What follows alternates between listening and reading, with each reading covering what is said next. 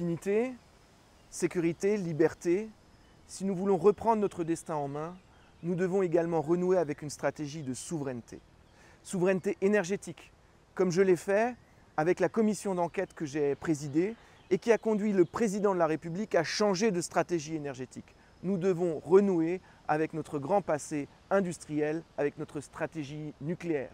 Souveraineté alimentaire, pour que notre nation continue de produire pour nourrir et pas seulement avec des stratégies qui visent à réduire notre production.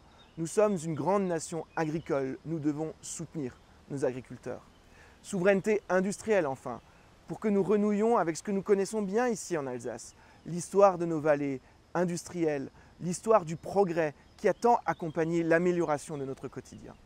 Et enfin, souveraineté financière, parce que nous ne pourrons pas prendre nos décisions pour nous tant que notre dette appartiendra à d'autres. Pour cela, nous devons faire plus d'efforts dans la gestion de notre dépense publique. Nous ne pouvons pas continuer à faire des cadeaux gratuits. Enfin, cette question de la souveraineté est intimement liée à la construction européenne. Nous ne pourrons pas être une nation autarcique. Nous avons besoin d'alliés. Nous avons besoin de choisir nos alliés.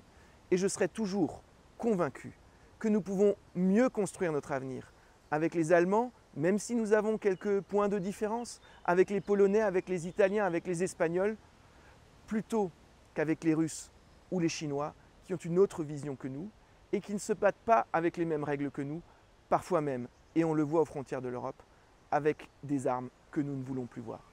La question de la souveraineté est au cœur des préoccupations de mon futur mandat de député.